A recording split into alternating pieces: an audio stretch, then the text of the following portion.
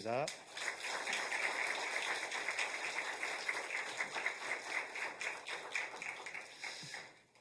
먼저 거룩한 은혜가 흐르는 우리 성은교회 저를 부르시고 말씀 나누게 하신 우리 하나님 아버지와 또 우리 당회원들이야 우리 모든 교회 성도님들 또 우리 담임 목사님께 진심 어린 감사를 드립니다. 제가 말씀을 준비하는 과정에서 오늘 이 말씀을 제가 전하게 되는 예배 현장이 다름 아닌 요한 남전도회라는 이야기를 제가 뒤늦게 듣게 되면서 이건 참 신기한 일이 아닐 수 없다. 제 이름이 이요한인데요. 이 요한이 요한 남전도회에서 설교를 한다라는 것은 참 이게 보기 드문 어떤 이 우연의 일치가 아닌가 하는 생각을 듭니다. 물론 저희는 이제 우연을 믿지 않기 때문에 하나님께서 뜻하신 바 있어서 저를 귀한 요한 남전도회 헌신 예배에 또 말씀 전케 하신 줄을 믿고 또 오늘 그러한 역사가 있을 줄을 믿습니다. 특별히 제가 우리 회장님과 우리 부회장님들을 비롯한 요한 남전도회 우리 회원님들을 뵀더니 너무나 잘생기셨어요. 우리 거룩한 은혜가 흐르는 우리 성은교회가 참 소망이 있는 줄 믿습니다. 저분들 어깨는 무거우시겠지만 그럼에도 불구하고 이렇게 멋있는 우리 정말 용사와도 같은 우리 남전도회 회원님들로 말미암아 주의 몸된 우리 성은교회가 나날이 흥왕하고 부흥하고 우리 이곳에서 많은 다음 세대가 자라나게 될 줄 믿습니다. 아멘. 그런 거룩한 소망을 가지고 제가 여러분과 나누고자 하는 말씀은 아브라함에 대한 이야기입니다. 이 아브라함 이야기 중에 오늘 우리가 특별히 같이 읽게 된 내용은 다른 것이 아닌 소돔과 고모라의 멸망 직전에 하나님께서 아브라함에게 소돔과 고모라에 대한 심판을 말씀하시고 아브라함은 그 메시지를 듣자마자 하나님께 정말로 소돔과 고모라를 위하여서 치열한 중보의 기도를 드리게 됩니다.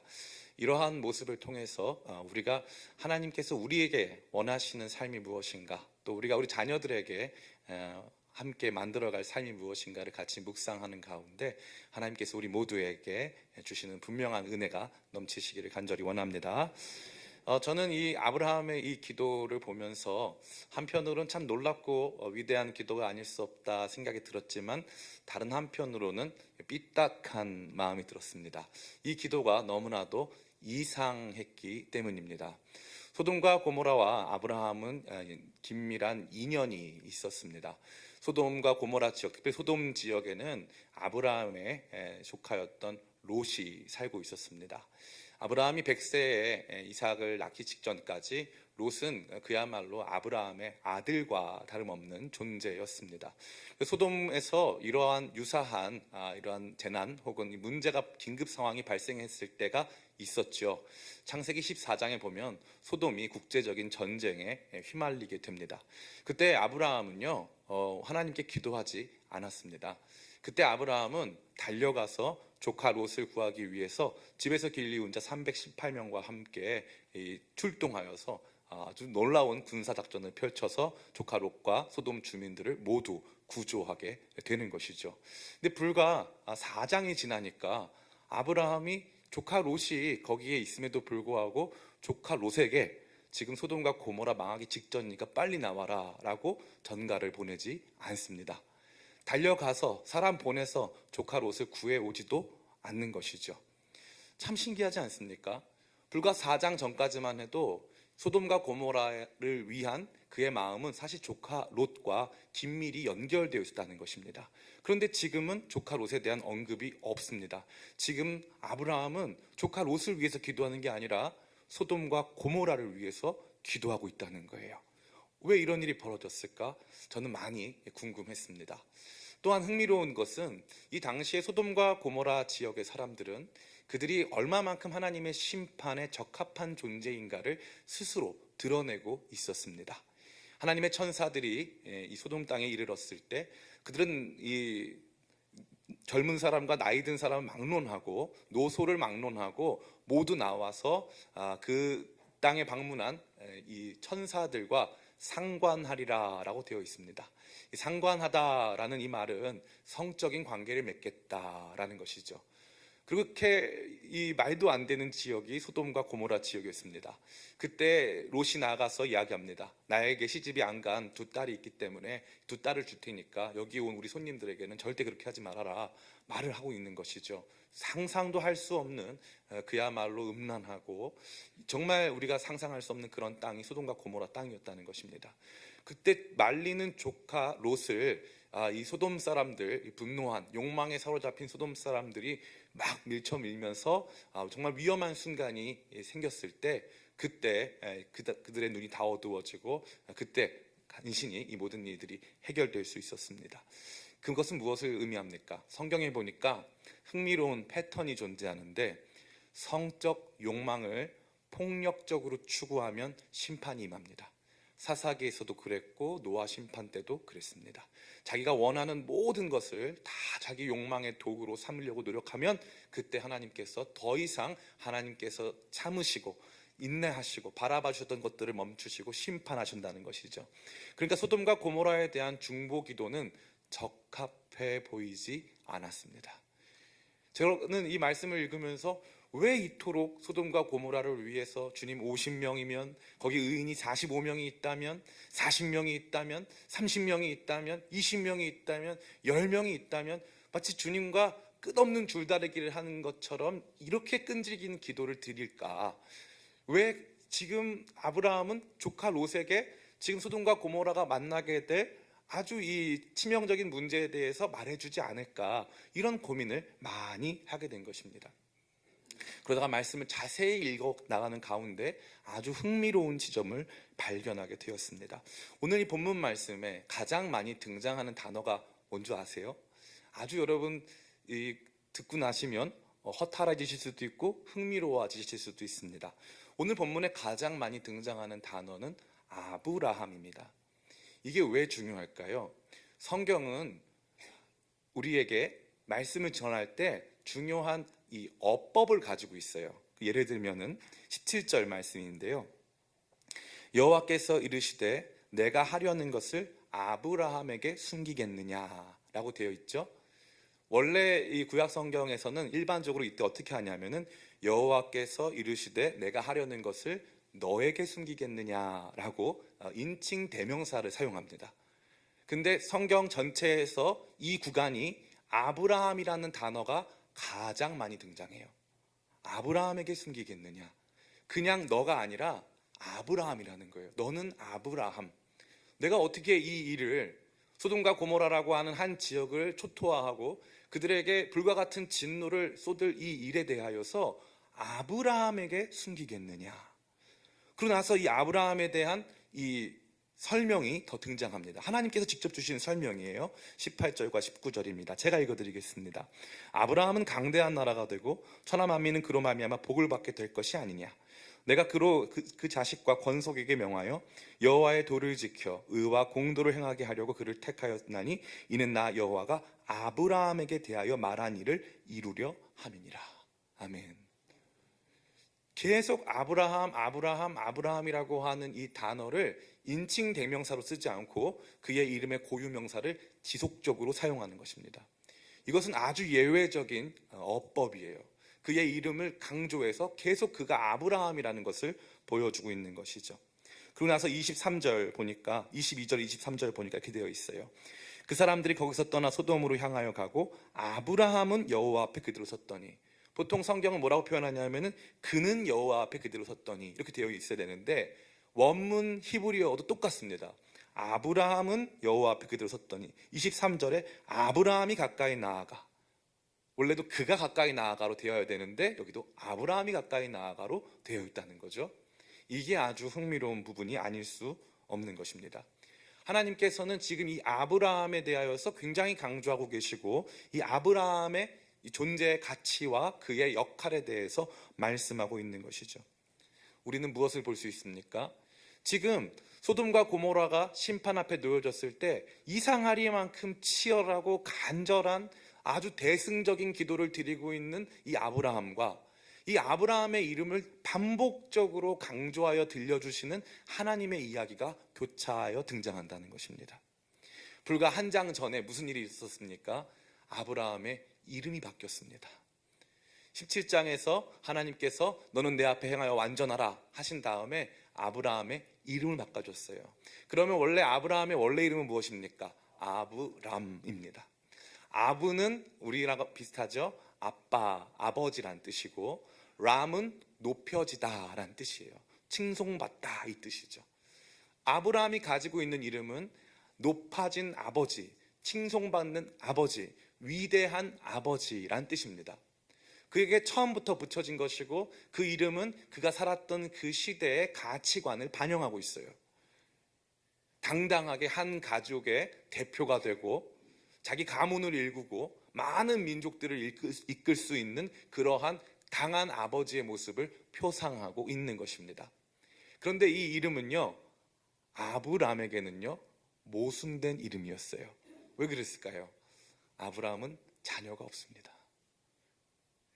그 시대의 가치관이 투영된 아브람이라고 하는 위대한 아버지가 되어야 한다는, 아름다운 가정을 일구어야 한다는 그 이야기는 자기에게 태어나면서부터 지금까지 주어졌지만 그는 아들이 없는 거예요. 근데 그런 그에게 하나님께서 나타나셔서 심지어 아들 이삭을 주시기 딱 직전에, 아들 이삭이 잉태되기 딱 직전에 그 아브라함에게 하나님께서 가셔서 말씀하세요. 이제 너 이름을 아브람, 칭송받는 아버지, 영광스러운 아버지, 그 이름 말고 이름 바꾸자 하시는 것입니다.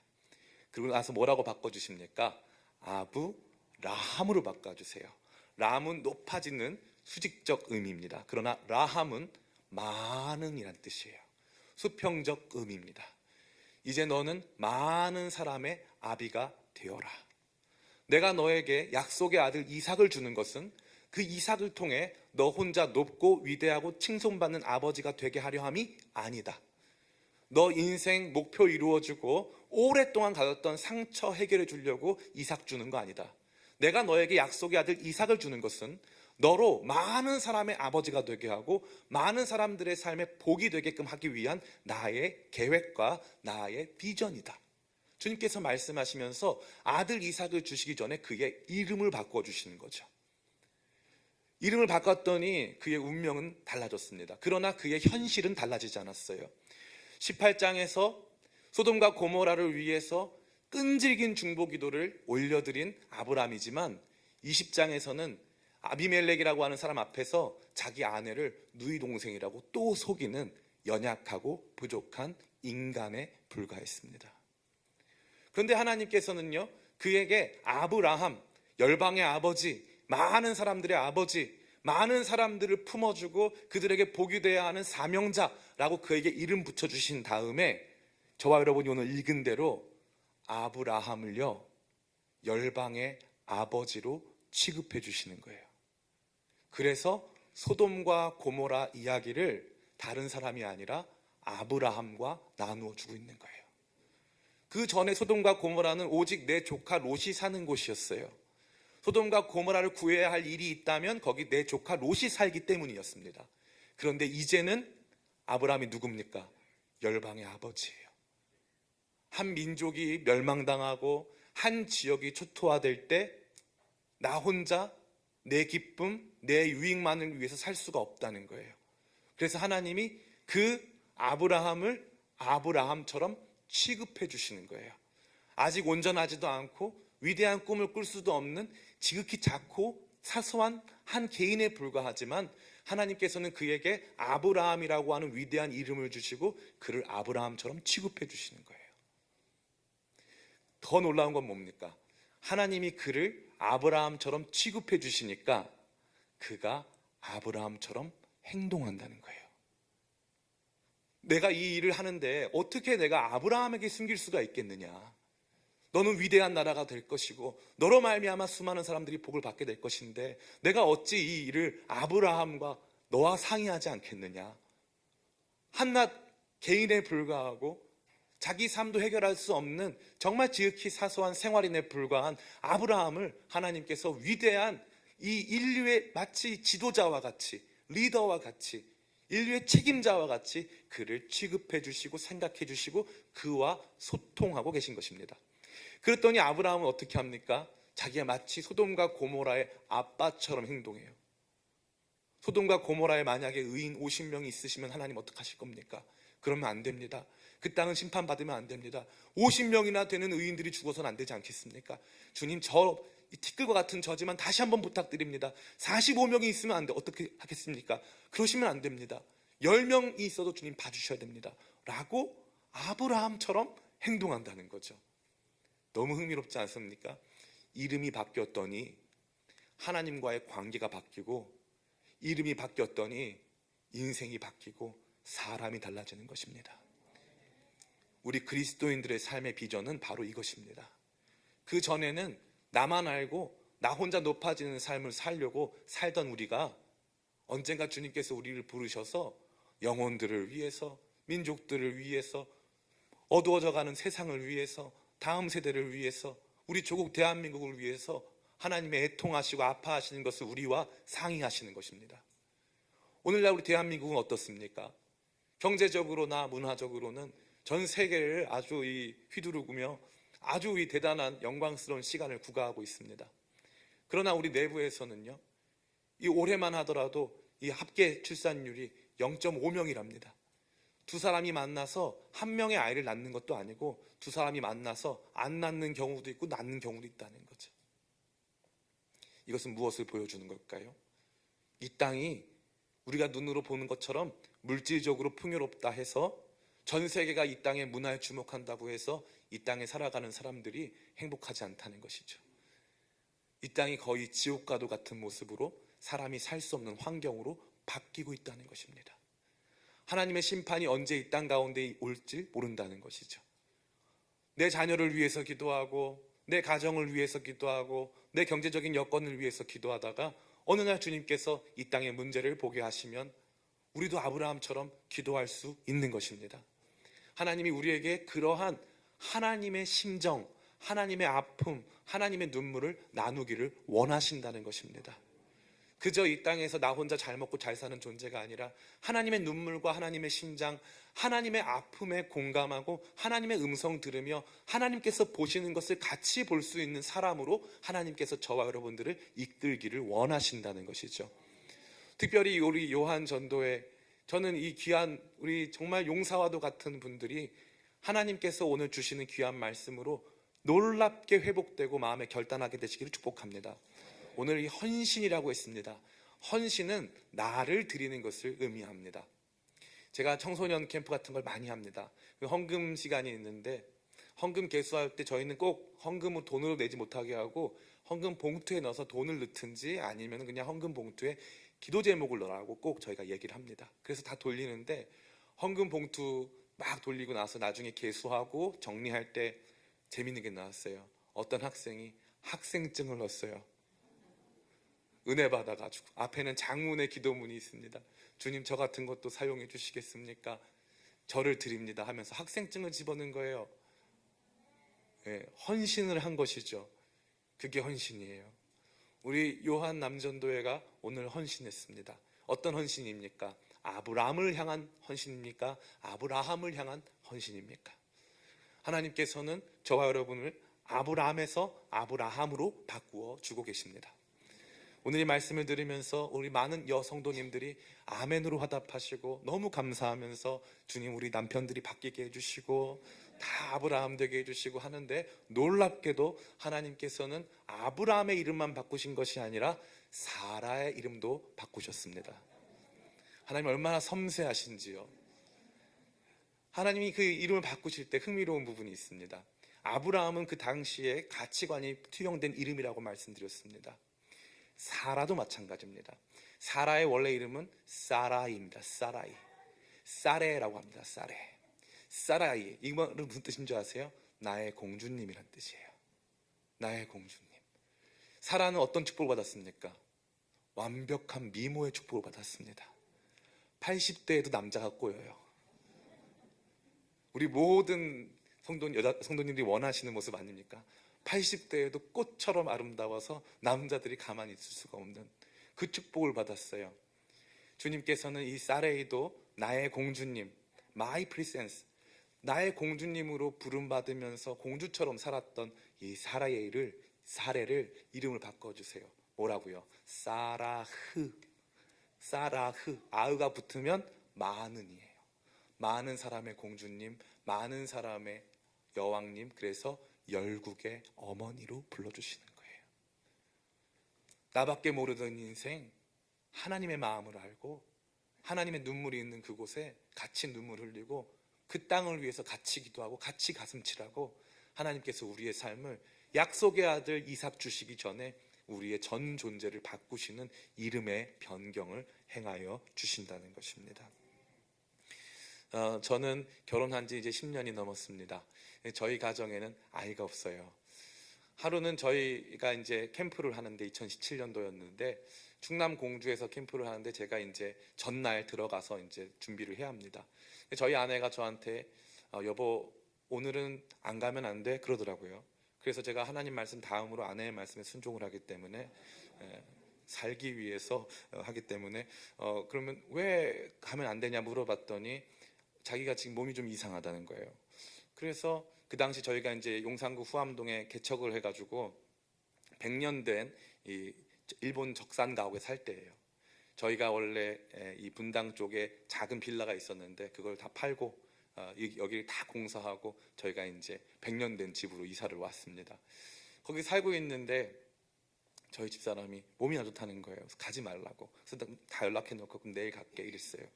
그러고 나서 한 30분쯤 지났을까 저희 아내가 여보 너무 정상적인 목소리로 미안한데 119로 좀 불러달라는 거예요. 그래서 제가 119를 왜 부르냐고 물어봤죠. 물어봤더니 지금 밑에서 피가 너무 많이 나온다는 거예요.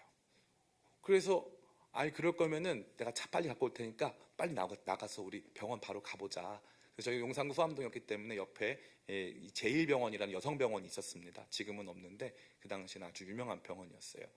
근데 저희 아내를 본인이 못 움직이겠다 그래서 이제 부축을 해가지고 좁은 계단으로 내려오는데 저희 아내가 스르르르 미끄러지면서 이 앞에 현관까지 쫙 미끄러졌는데 피가 쫙 낭자하면서 눈이 돌아가가지고 숨을 쉬지 않는 거예요. 그런 저희 아내를 막 깨워가지고 막 숨쉬게 해가지고 간신히 들쳐업고 이제 병원으로 갔습니다. 병원으로 갔는데 거기는 여성 전문 병원이기 때문에 응급실에 환자가 많이 없더라고요. 저희 아내 혼자였어요. 그런데 이제 보호자 나가 있어 그래가지고 밖에서 초조하게 앉아 있는데 너무 흥미로운 게 저희 아내가 환자가 유일한 환자인데 병원에 있는 모든 사람이 뛰어댕기는 거예요.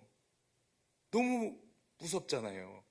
확인해 보니까 피를 너무 많이 쏟아가지고 수혈을 이만큼을 피를 다 넣은 거예요. 그러고 나서 그날 이제 간신히 생명을 살리고 조직 검사를 하고 해봤더니 암이 걸렸어요. 그래서 저희 이 가정에는 오랫동안 이렇게 분투했지만 저희 가정은 저희 아내가 최근에 작년에 자궁을 적출해서 아이가 없어요. 제 꿈이 뭐였냐면 저는 아버지가 없어요. 아버지가 고아였어요. 그건 저밖에 없어요. 그렇기 때문에 제 꿈은 아이를 많이 낳는 거였어요. 그래서 저희 아내랑 소개팅으로 만났는데 두 번째 만났을 때 아이는 몇 명 낳고 싶으세요? 제가 물어봤어요. 그때 탤런트 남보라 신의 가정이 인간극장에 나올 때였어요. 그때 그 사모님이 12번째 아이를 낳으면서 주님 감사합니다 이렇게 낳은 거 보고 제가 우리도 주시는 만큼 낳아야 되겠다 했어요. 그래서 제가 물어봤어요. 그랬더니 저희 아내가 자기는 3남매여서 3명은 낳고 싶다 그랬어요. 저희 아내가 수술받고 온 날 그날 그 장면이 주마등처럼 지나갔어요. 처음 만나서 남산을 걸으면서 아이는 몇 명 낳을까요? 했던 그 시간이 주마등처럼 지나갔죠. 제 안에 있었던 결핍, 나도 좋은 자녀를 낳아서 멋있는 아빠가 돼야 되겠다라고 하는 그 꿈은 다 지나가 버렸어요. 제가 열심히 살았는데 그 모든 것들이 다 무의미하게 지나가 버린 것 같은 시간이었습니다. 그러고 나서 한참을 있는데 하나님께서 저에게 이 말씀을 들려주시는 거예요. 요한아, 너는 아브라함이 아니고 아브라함이야. 많은 사람의 아버지야. 너를 통해서 수많은 사람들이 생명을 얻을 거야. 내가 너를 열방의 복으로 만들어 줄 거야. 너로 말미암아 아버지가 없는 수많은 사람들이 아버지를 갖게 될 거야. 내가 너를 통해서 이룰 일들을 기대해. 그러고 나서 주님께서 저한테 어마어마한 위로를 주시더라고요. 그때 제가 발견했죠. 내 아이가 몇 명이든 중요한 문제가 아니에요. 아브라함이 바뀐 순간은 이삭을 낳고부터가 아니에요. 이름이 달라진 다음부터예요. 아직 이삭은 태어나지 않았을 때 그는 소돔과 고모라의 아버지인 거예요. 하나님이 소돔과 고모라를 향해 심판하려고 하셨을 때 아브라함은 주님, 소돔과 고모라도 살려달라고, 소돔과 고모라, 죽어 마땅한 이 소돔과 고모라도 마치 아버지가 내 아들이 큰 죄를 지었어도 재판장에 나가서 판사님한테 우리 아들 좀 살려달라고 탄원하는 것처럼, 우리 애가 죽을 죄를 져도 내가 가서 탄원하는 것처럼 아브라함도 소돔과 고모라가 죽을 죄를 지어도 소돔과 고모라를 위해 탄원하잖아요. 아직 아이가 없음에도 불구하고 아브라함은 아브라함이 된 것입니다. 하나님께서 우리의 삶을 그와 같이 빚어가시는 거죠. 그렇게 하다가 재작년에 저희 교회에서 이제 크리스마스 때가 되었어요. 그 즈음이 됐는데 저희는 이 크리스마스 즈음이 되면은 이 크리스마스의 기적이라고 하는 이 행사를 해요. 그래서 우리가 모금을 해가지고 정말 이렇게 어려운 이웃들 돕고 선교에 헌신하자 이렇게 했어요. 그런데 그때 이제 아프가니스탄에서 탈레반이 재집권을 하면서 아프가니스탄 현지에서 우리 한국 교민들과 대사관에 도움을 주던 사람들을 미라클 작전, 기적 작전으로 이렇게 대거 수송해 왔습니다. 그때 왔는데 제가 갑자기 기도하는데 하나님 그 마음 주시는 거예요. 야, 기쁨의 교회가 그 친구들 처음으로 크리스마스 선물 주자는 거예요. 아프가니스탄은 크리스마스가 없으니까 무슬림 지역에서 한 번도 크리스마스를 성대하게 지키는 걸 본 적이 없잖아요. 그러니까 저희 교회는 작지만 우리 크리스마스 선물 주자, 하나님 마음 주셨어요. 성도들하고 나눴어요. 성도들이 좋다고 했어요. 그래서 우리가 법무부와 또 외교부 적십자를 통해서 루트를 확인했어요. 여쭤봤더니 기쁨의 교회 선물 주는 거 오케이 났어요. 그래서 우리 교회가 한국 교회를 대표해서 그때 아프가니스탄에서 온 사람들 선물을 주는 거예요. 선물을 주는데 적십자사에서 지정한 선물이 있었어요. 책상이었어요. 제가 여쭤봤어요. 몇 명입니까? 400명이래요. 그래서 4인 가족이니까 100개면 되겠다 물어봤더니 애들은 280명이래요. 야, 이거 흥미진진해졌어요. 이걸 280개를 어떻게 책상을 준비를 하나 해가지고 이제 책상을 간신히 해가지고 이제 헌금을 모금했어요. 꽤 큰 돈이 모였어요. 근데 이제 제 마음은 크리스마스 선물이니까 옷도 하나 있어야 될 것 같고, 애들이 한국에서 태어난 애들이 3명이 있대요. 한국에서 태어난 애들. 그 아이들은 또 특별한 선물도 있어야 될 것 같고, 또 그 다음에 간식도 넣어야 하잖아요. 크리스마스니까. 그리고 학용품도 좀 넣어야겠죠. 제가 이 말을 했더니 우리 선교팀장 집사는 자기 안 하겠다고, 왜 자기한테 힘든 일 시키냐고 막 그래가지고 한참 제가 달래고 설득을 했습니다. 그렇게 해가지고 책상도 샀고 다 했는데 옷을 못 샀어요. 그랬더니 이제 집사님들이 목사님 옷은 포기하시죠. 옷은 안 됩니다. 이것까지 하면 우리 망합니다. 교회 망합니다. 그래가지고 제가 기도하자고, 우리 하나님께서 주실 거라고. 근데 한 집사님이 오시더니 목사님 저희 집에 옷이 좀 있는데 이걸로 좀 한번 해볼까요? 이러시더라고요. 그래가지고 가봤더니 저희 교회에서 뒷문으로 나가면 10발자국, 그냥 10발자국 갔더니 지하가 나오고 그 지하에 옷이 있는데 다 10만 원, 20만 원 넘는 고급 옷들이 연령과 성별대에 따라서 쫙 있는 거예요. 우리 청년들이 가가지고 그 물건을 다 조사해서 개수를 맞춰보니까 거짓말처럼 딱 맞는 거 있죠. 더 재밌는 얘기 해드릴까요? 거기에 제가 특정 브랜드를 말하는 건 아닌데 비싼 폴로 랄프로렌이라는 브랜드가 있는데, 폴로 랄프로렌 신생아 세트, 전 본 적도 없어요. 신생아 세트가 3개. 믿어지세요? 그거를 다 포장을 했어요. 다 포장을 했는데 문제는 뭐냐면 여수까지 싣고 갈 차가 없는 거예요. 근데 하루는 우리 교회에 폐기물 처리하는 이제 집사님이 있어요. 건설 폐기물. 하루 나가서 일하면 50만 원쯤 벌어요. 근데 이 집사님이 얘기하는 거예요. 목사님, 제 차로 가면 안 될까요? 제 차가 좀 초라한데 다 실릴 것 같아요. 그래가지고 그거 물건을 다 싣고 우리 다 같이 새벽에 기도하고 출발하는 거예요. 우리가 한국교회 대표해서 그 친구들한테 처음으로 크리스마스 선물 준 교회예요. 총 비용이 2천만 원. 200명 교회가 감당할 수 없는 돈이었어요. 그러나 하나님께서 그 모든 일들을 행하셨고 우리의 마음은 언제나 거기에 있어요. 튀르키예에 지진 났을 때도 우리는 아브라함의 마음으로 움직이는 거예요. 하나님 마음 주시면 움직이는 거예요. 왜요? 우리는 우리 혼자서 높아지려고 하는 존재가 아니거든요. 우리 혼자 높아지는 수직적 존재로서의 삶이 아니거든요. 신앙이 깊어진다는 것은 무엇입니까? 수직적 존재가 아니라 수평적 존재가 되어진다는 거예요. 얼마나 높이 갈 것인가가 아니라 얼마나 넓이 갈 것이냐, 내가 얼마나 맛있고 좋은 음식을 먹을 것이냐가 아니라 내가 얼마나 많이 먹였느냐, 그게 하나님께서 우리 가운데 요구하시는 하나님의 비전임을 발견하게 된 것입니다. 저는 이 하나님의 비전이 오늘 우리의 삶을 헌신하는 요한 남전도회 뿐만 아니라 이곳에 계신 모든 분들의 삶에 온전히 임하기를 원합니다. 그리고 우리 거룩한 은혜가 흐르는 성은교회가 꿈꿔야 될 것은 이 교회에서 자라는 수많은 아이들이 이 땅의 아브라함과 사라가 되어 백성의 눈물을 닦고 수많은 사람들의 삶을 이끌어주고 아비 없는 자, 어미 없는 자의 아버지와 어머니가 되어 이 땅을 사랑으로 충만케 하는 영광스러운 비전으로 불타오르시기를 축복합니다. 우리를 아브라함과 사라로 불러주시는 하나님의 음성을 쫓아, 우리를 그렇게 취급해 주시는 하나님의 음성을 쫓아 아브라함과 사라처럼 행동하기를 결단하고 그러한 모습으로 영광스러운 삶을 만들어가는 우리 성은교회, 또 우리 요한남전도회 모든 성도님들 다 되시기를, 우리 성은교회에서 자라나는 모든 다음 세대 되시기를 예수님의 이름으로 축원합니다. 제가 기도하겠습니다. 아버지, 천하고 부족한 종이 주의 말씀을 나누었습니다. 이제 성령께서 일하실 차례인 줄 믿습니다. 이 말씀이 잘 박힌 목과 같이 심령 중심에 박히어 우리 사랑하는 모든 성도님들의 삶을 울리게 하여 주시옵소서. 주님의 마음과 눈물이 있는 그곳에 우리의 마음과 눈물도 있게 하여 주시옵소서.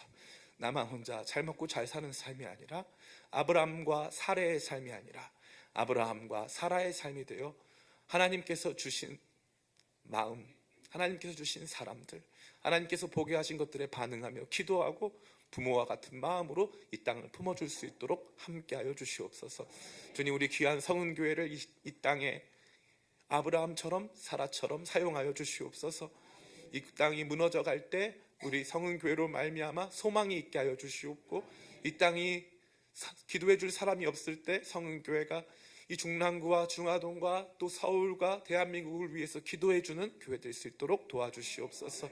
이곳에서 자라는 모든 아이들 아브라함과 사라처럼 자라 내가 얼만큼 많이 먹고 얼만큼 높아지는 것이 아니라 얼만큼 넓어지고 얼만큼 많이 살릴 것인가를 자랑하며 기뻐할 수 있도록 하나님의 거룩한 아브라함, 사라의 비전으로 우리 귀한 성은교회를 채워 주시옵소서. 감사 찬양 올려드리옵고 예수님의 이름으로 기도드리옵나이다. 아멘.